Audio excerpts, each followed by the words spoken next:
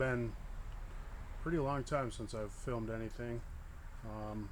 You know, life's been kind of busy, but I am getting back into the groove of things. Set myself up a little workshop so I can get stuff done for the Mustang. So we're going to hop right into that.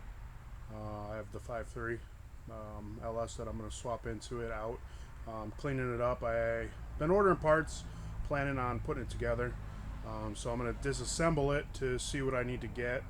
I think I'm going to do a cam on it. I know I need lifters, push rods like that, stuff like that. So I'm going to finish disassembling it, crack open the oil pan, see how everything looks underneath, and then start ordering parts for it.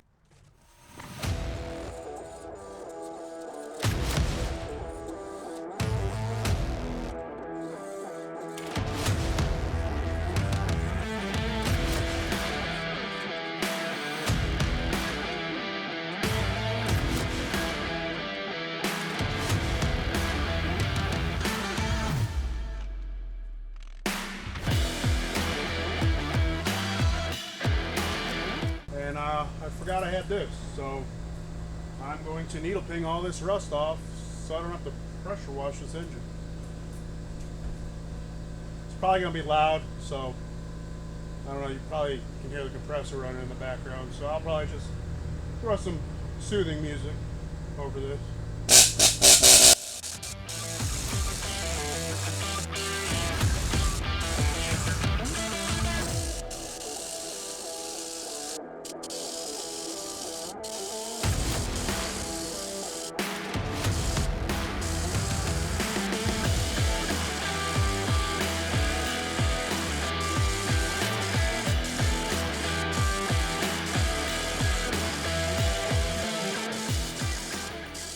I finished needle pinging it.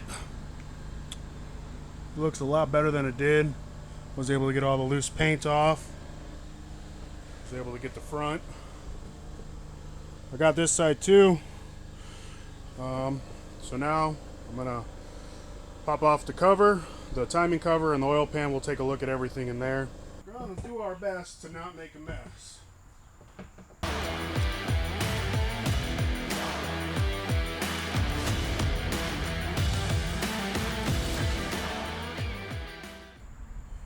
Draining pretty clear. Don't really see oil, or I see oil. Don't really see water, which is a good sign. Gonna start popping off these bolts. I believe they're a 10. Yes, they are a 10.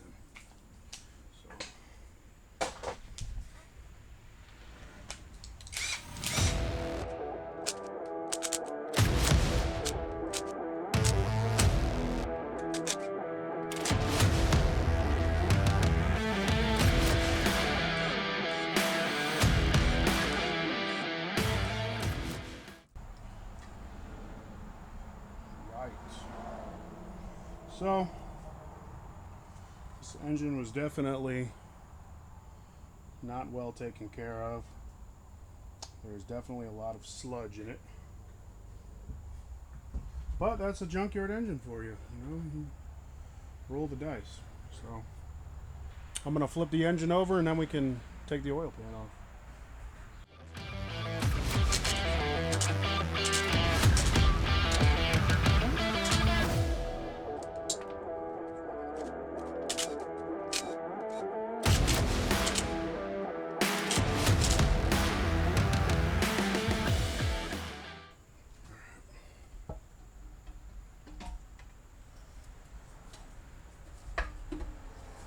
Ooh, yeah.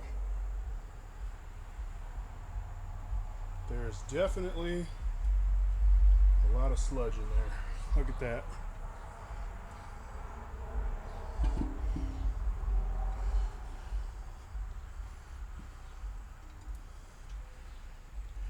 I would say that the oil was definitely neglected on this one.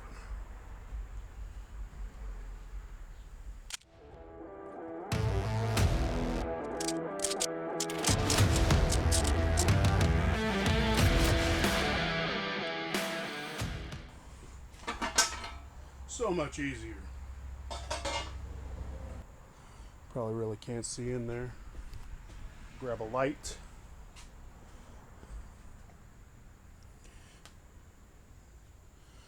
Yeah, this light don't really do justice, but it don't look too bad down in there. Should see if I should pop some of the rod caps, see how the bearings look, but I don't know. What do you guys think? I mean, you can't really see. I don't have a good light. It's in the house, but yeah, I mean, it looks pretty good. Other than all of that, that does not look good at all. Whoever had this engine definitely did not change the oil when they were supposed to. So yeah, that's probably where I'm going to stop with this one.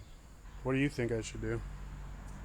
I mean, I know I just want to throw it back together and run it, but I do have some decent parts for it. Or do we build this with cheap parts and then just get a better block? That's kind of the predicament we're in right now. I don't even know what to do next, considering this is the first engine I've ever torn down this far.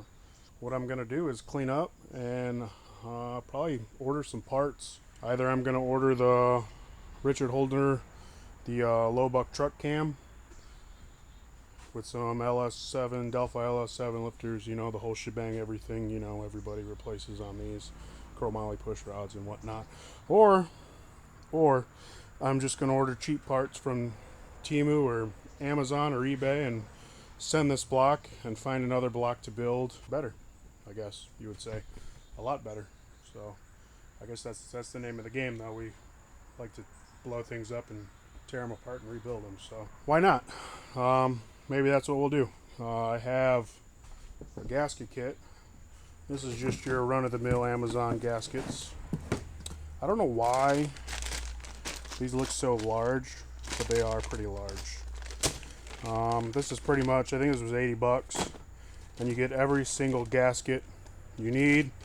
Now, I think the only gaskets I probably won't trust are going to be the rear main seal and the timing cover gasket. But then I have Trailblazer SS intake, fuel rail, and injectors. I have a stock 5.3 computer. I have eBay engine mounts. I have the valve covers. I powder coated those myself. I do have this. It's still brand new. I never opened it yet. I picked it up when they were running their sale. I mean, it in theory it looks great. But yeah, pretty much like your Holly. Comes with everything you need. It comes with the digital dash, the 5-inch digital dash. Can't even close this right. 5-inch digital dash. Comes with your ECU jackpot is what it's called, the LS Lite. This does not come with transmission control because I didn't order it. This is your wideband, or your wideband O2 sensor. And then this is all of your sensors, your harness, everything you need to get the engine fired up. It's right here. And then they give you a mount for the handheld or for the dash. But yeah, it's ACES EFI,